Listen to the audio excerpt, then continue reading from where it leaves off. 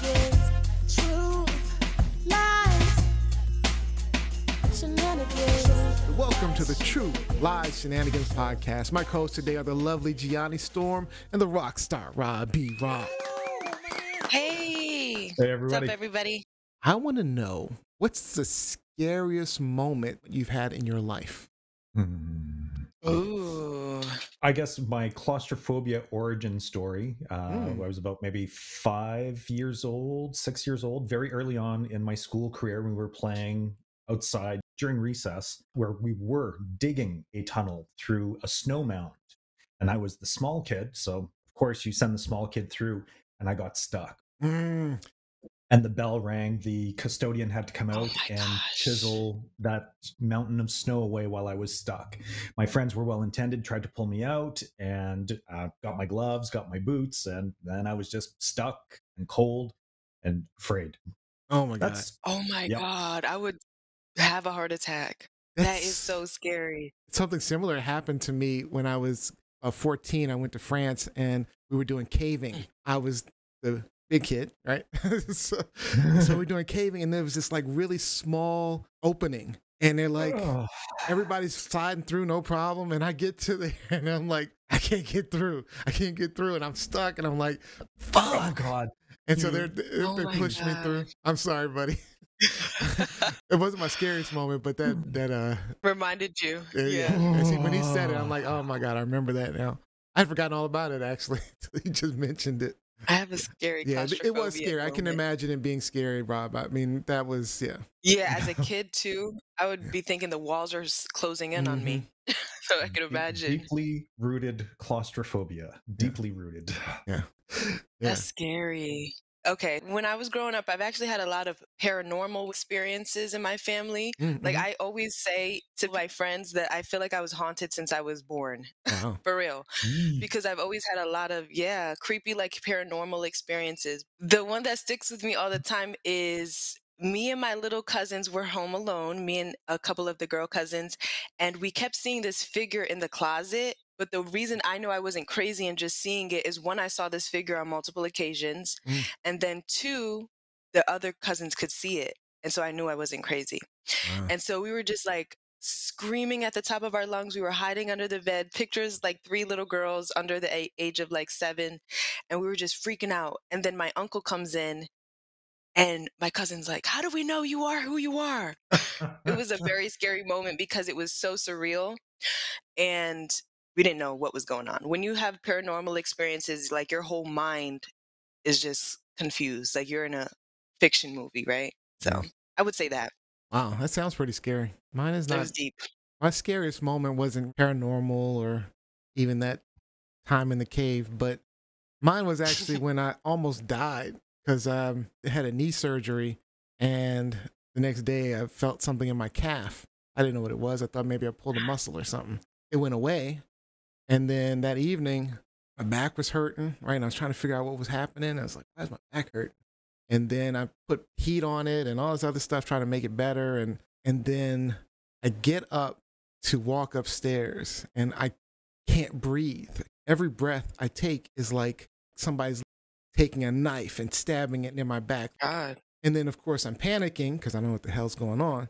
And so I just can't catch a breath. I feel like I'm about to pass out. I lay down and I'm able to calm down, fortunately. The ambulance comes, but turns out I had a pulmonary embolism.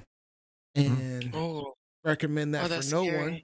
50% of people with pulmonary embolisms die. My God. So it's flipping a coin, basically. The clot happened to stop a fortunate enough place.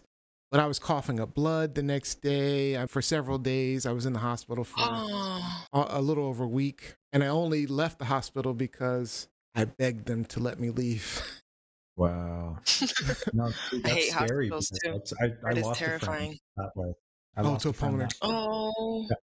Yeah, it was literally the scary. I really thought that this is the moment. I'm not lying to you. I really thought that might be the moment that I'm just blink out. Yep. So scariest moment of my life.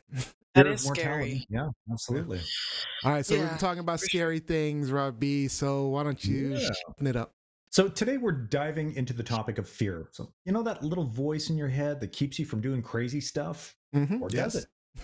We're asking the Yeah. big question. Does fear keep us safe or does it hold us back from truly living? Is it your trusty sidekick, your sneaky saboteur, or maybe a mix of both? So let's figure out if fear not only keeps us alive, but also prevents us from truly living. And we'll dive into whether or not that's truth, lies, or shenanigans. So I want to open up the discussion with a bit of sharing from the panel. So I just want to go around the horn. And first, I want us to share a personal experience about an incident where fear kept us safe and circle back and each share when it kept us from living out a unique experience. When did your fear keep you safe? That's a good question. Um, I can't think of a specific scenario, but I will say this: there's a hood everywhere, and there's always dangerous places. Yes, there But is. I think, I think that coming from Rhode Island, like it's a small town, and I know everybody, but in Atlanta, it's a new place. So there's a time when I chose not to go to certain gas stations or go to down certain streets or go down certain places, like avoiding certain places in Atlanta, avoiding Hmm. hanging out with certain people that invited me certain places because of the whole sex trafficking thing out here. So I would say, in a sense, my fear held me back from that, like from dabbling too deeply Well, in no, Atlanta. that's where your fear kept you safe. Big difference. Didn't Yeah, keep you from doing kept me them. safe, Your kept me fear safe. kept you safe. Yeah, absolutely. Yes. Neo. I don't know if you guys remember back in the day, there was the DC sniper, and Oh, yeah. basically he was going around shooting random people in random places all over the DC area. You know, you'd be at a gas station, or Mm. I used to think he shot somebody at a Home Depot, or Yeah. and I Yeah. mean, I'm talking little kids in front of a school, somebody mowing the grass, just randomly shooting people. And actually, it turned out to be it was two of them. This guy, John Allen Muhammad, he had like a stepson, or maybe it was his girlfriend's son, who he indoctrinated. His name was Lee Boyd Malvo. Mm. And they were going around in this blue Caprice Classic, perching in their trunk and shooting random people. And that was like at least a few weeks. I think it was like 17 people got killed, My and there were gosh. about 10 other people who got injured. But man, we were all like scared. Everybody in the DC area. You go to the gas station, you'd be like trying to move around, not be a target. Now, I was moving around like crazy. I was, yeah. Yeah. That is funny, I wouldn't actually. stay, you wouldn't stay inside your car because you didn't want to be like a perfect shot for him. I was scared. I gotta admit, I was scared. So I would try to avoid parking lots, the gas station whenever possible. It was crazy. But Yeah. that's a time where I think my fear really worked to try to protect me. I was just didn't want to get shot. False. But Yeah. on top of that, I'm a very reactive person. I can make quick decisions when I need to. And I think in general, my fear keeps me safe in that when I do get fearful, time kind of slows down for me. Yeah. And so, like, I know when I'm driving and somebody swerves over, tries to hit me, it's like, oh, shit. It's like time slows down and I'm able to kind of make the right moves, make the right decisions to avoid a major accident. So strange how time slows down so drastically in those moments. I think those moments keep me safe. Yeah, I can appreciate what you're saying, Neo. When I'm encountered with a crisis scenario, my emotional part tends to shut down and I'm able to act within the moment. But I've Yeah. had two animal encounters where Mm. my fear absolutely helped with the response. I encountered a black bear, a small black bear, and the response is you're supposed to make yourself big and make a lot of noise and you're supposed to be aggressive. But I will tell you, my friends, I was shitting my pants while I was doing it. Oh my God, I was so scared. I was doing the right thing, Scared. but man, it's scary because that's a big animal, even if it's a small one. The other one I'm in was, shake.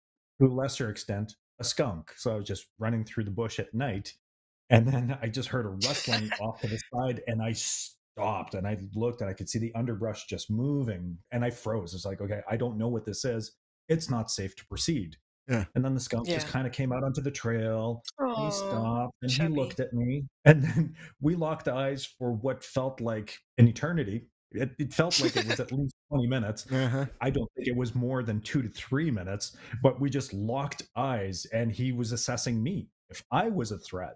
And then he decided to Aw. just move along. And then I lost sight of movement. And I don't think I've ever sprinted that fast in my adolescence. After that, I was running, so full of adrenaline. When they Right. get I you. didn't get sprayed and I didn't get eaten. Yeah. So fear kept me safe. Yeah, with that bear incident that you mentioned, your first instinct is to run. But at least now, that moment, you can say, oh, that's not the right thing to do, make myself big. You did that and you overcame that fear, which is impressive. Buddy. That is impressive.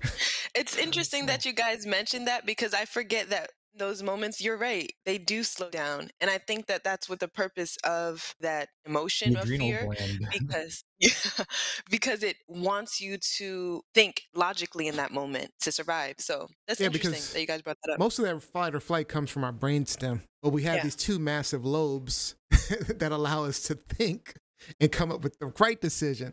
So even though our brainstem is like, That get moment. the fuck out of there, we can actually take a moment to think.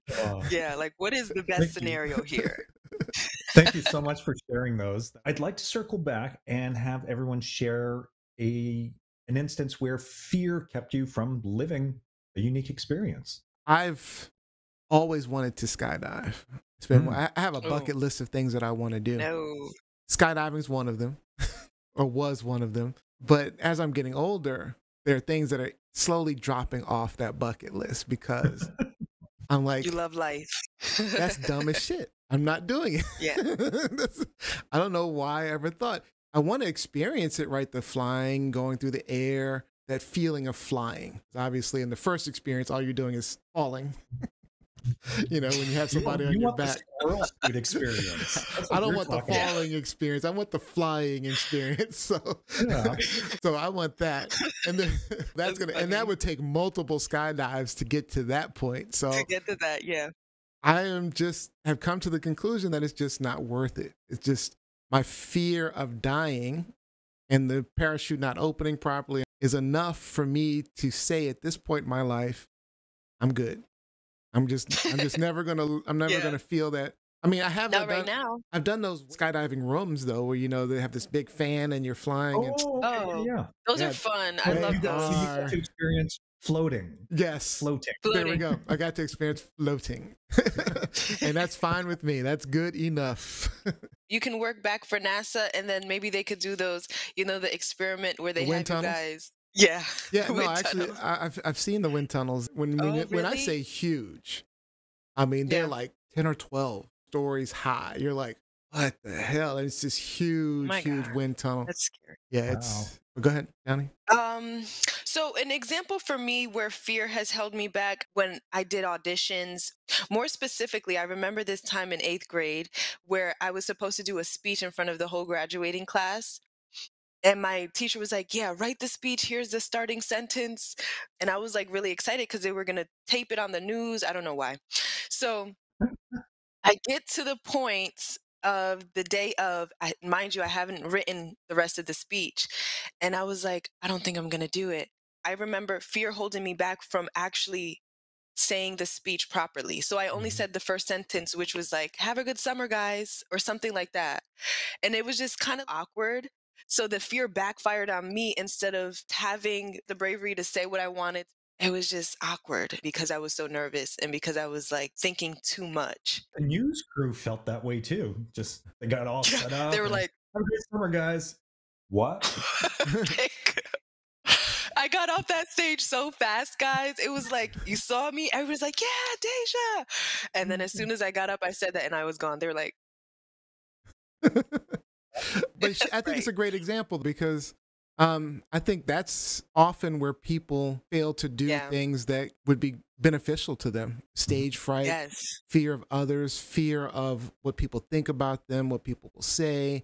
Those fears are, shoot, they're just as much as fear of Yeah. dying out of a plane. You know, those fears are intense because I know I now do a lot of public speaking, but I was so scared to do any type of public speaking. I mean, I think I would have had a much better career if I could have gotten over that sooner. But Yeah. that fright Oh, is yeah. intense. When you get up there, your palms are sweaty. I mean, even now when I go up for public speaking, there's an initial Heart fear, thumping. heart rate. Yeah.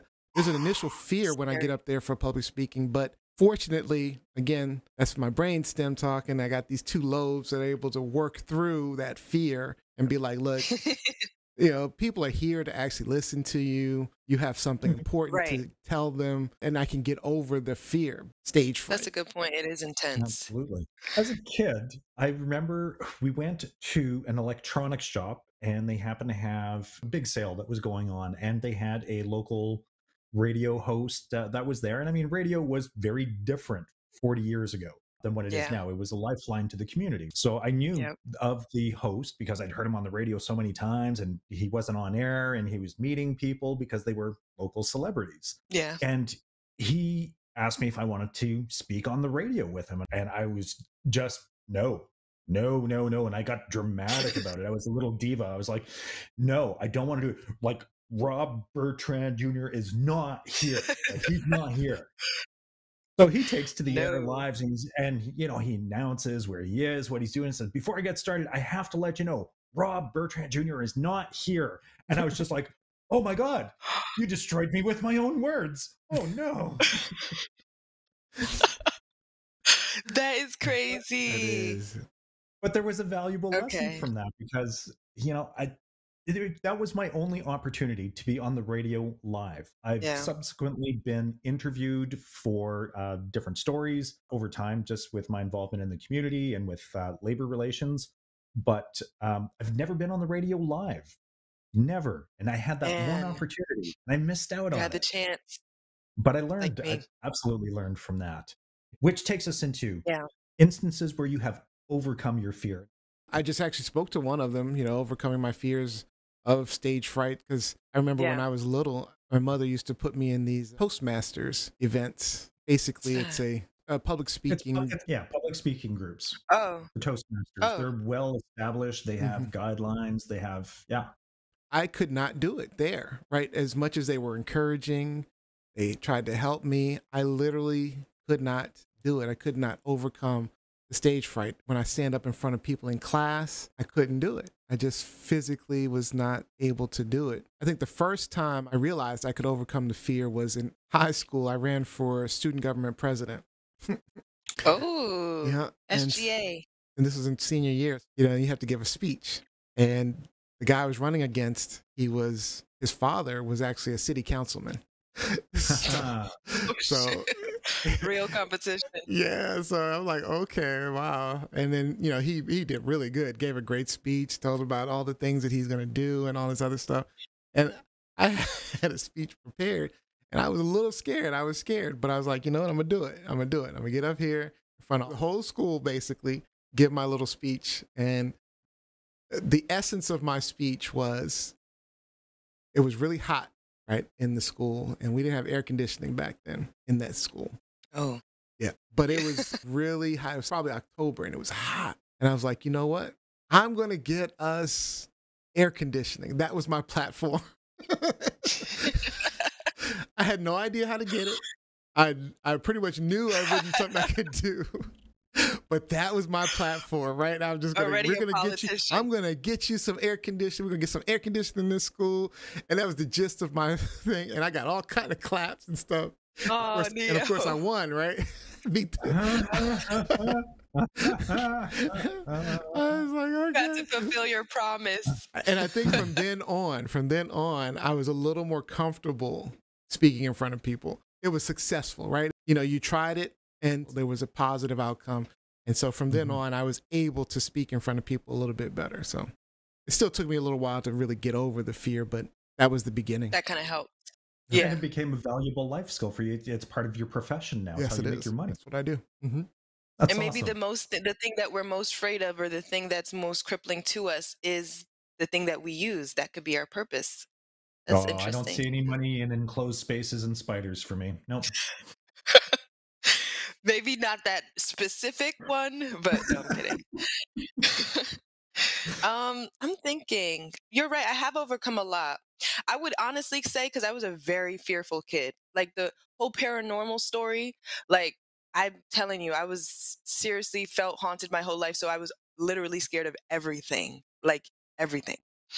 I would say the most recent or the most impactful has to be my fear of saying no. And that has come a long way. I know that some people are like, okay, but if it's your whole like archetype of your personality, it's almost like you don't even know how to function properly. So I would Mhm. say that I've overcome it, especially in a career where I just do sales all day and I'm like getting bookings, and overcoming it as a performer when I used to do music, when I would act, just overcoming this like scary, not confident persona.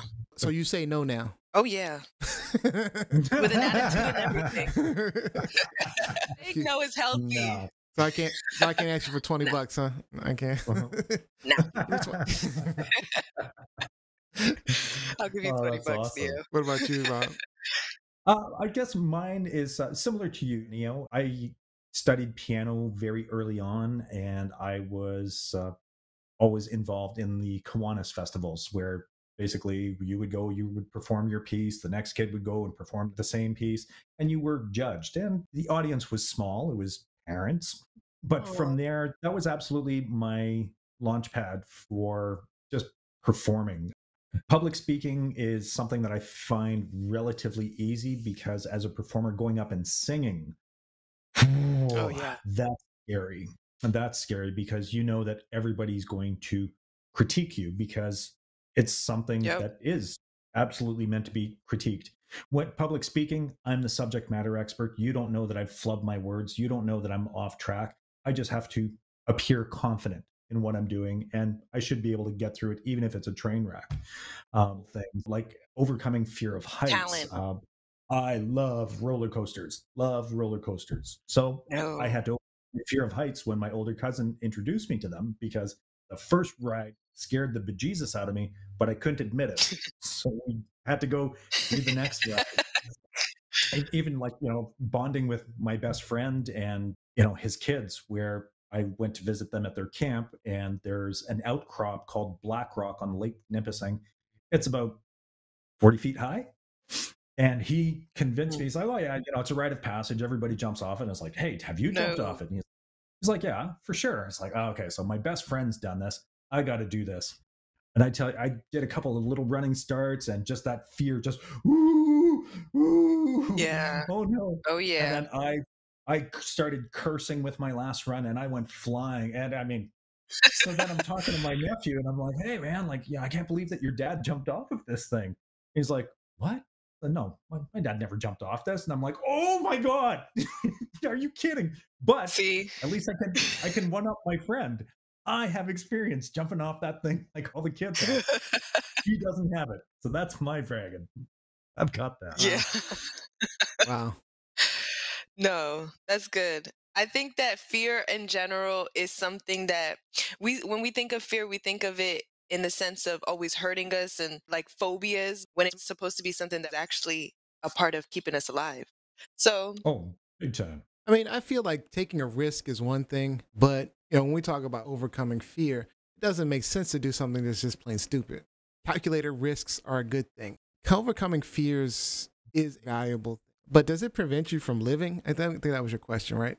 It can. It can prevent you from living, I think, but I don't know that it's prevented me from living. I don't think any of my mm, fears have been debilitating enough where I haven't been able to do much of what I wanted to do in my life. no, I think fear has been something that is a big thing in my life, and it has held me back majorly, me personally. I think overcoming fear is it's still something that I'm learning to do. And fear really is just the basis of trust versus mistrust. I agree with that.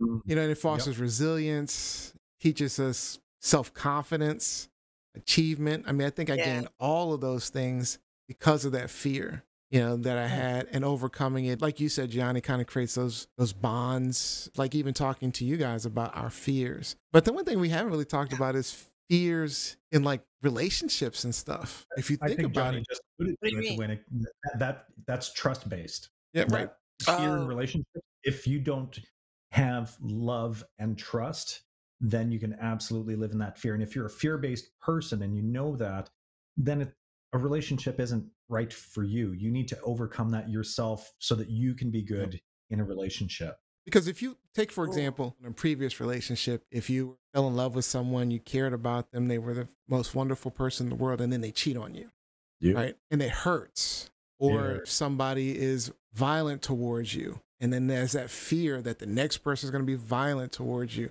Whatever it is caused you pain in the past, now you have a fear going into the next relationship that the next person is going to do the same thing or something similar. And so you're not as open. You know, when we talk about living our lives, you're not as open to trusting someone else. You're not as open to feeling safe around someone else because of those fears that you have of how they're going to treat you, what they're going to do to you, how they're going to hurt you. And those fears then prevent you from really having a loving, caring, open relationship. You know, and those are things that I don't know that we're considering when we talk about fear. That's true. I'm in therapy all the time, and one of the things she always talks about is, why do you not want to do this? Why do you not feel comfortable doing this? And it always goes back to a fear, right, that we have. Why am I not willing to be vulnerable? Why am I not willing to share my feelings? It has to do with some fear that we have of how they're going to respond to us, how they're going to act, what's the outcome? Is it going to be a loss? Is there going to be some consequence? And these are like fear for your life type feelings, you know? It's sometimes really intense. Mm-hmm. Yeah. Yes, I agree. Well, let me ask you this. How did we shift from fear? And I know this is like a loaded question, but how did we shift from fear being something maybe of value to now fear being like detrimental almost? Like you hear so many people, like even Well, that's the motivational question. speakers, like fear is the devil, like, you know, fear is the enemy. How did we get that shift when it was like back in caveman days, so to speak, fear was keeping us alive? Oh, I mean, Dude, not caveman days. Let me walk you 2 miles into the bush. It's today. Yeah. For the couple of 100,000 years that humanity's been on Earth, we've been developing the ability to overcome that instinctual fight or flight. To overcome it and to overthink it in some instances. True. Mm, True. that's a good point. So fear not only keeps us alive, but also prevents us from truly living. Is this truth, lies, or shenanigans? Truth. Shenanigans. What? Truth. Neo. Uh, He has to be the oddball. I mean, well, the way the question's formulated, yes, it's truth because it's basically saying that both are true. So, but with that being said, I don't know that in my situation that it's totally prevented me from having a full life.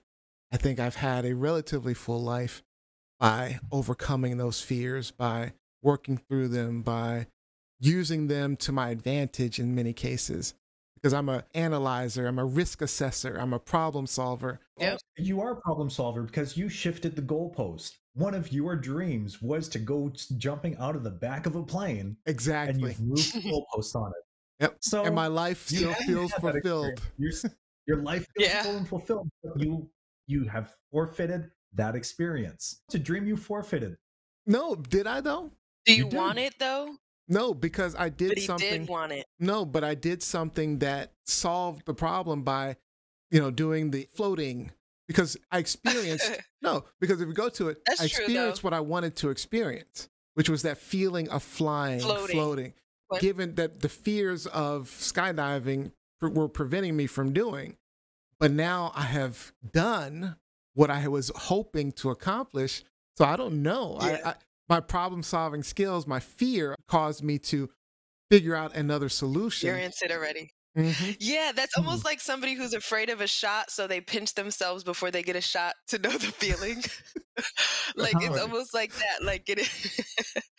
But I think it's true. That's interesting because it's a simulation at the end of the day of what you wanted to do. So now is VR an acceptable substitute for the simulation? It could be. Yeah. Mm-hmm. It could be in some cases totally to see some that for people. Neo. I could see that. Oh, well then.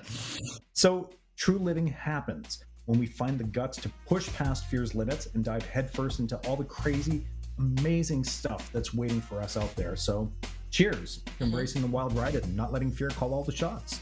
Yes. Okay, that's it for this week's episode. Make sure you hit that subscribe button. Next week, we are talking about global warming, asking if it is a good thing. So don't miss that episode. Make sure you check us out on Pods Network, podznetwork.com. I'd like to thank my co-hosts, Gianni Storm, Rob B, and I've always got to thank you for listening to our shenanigans every week. We'll see you next week.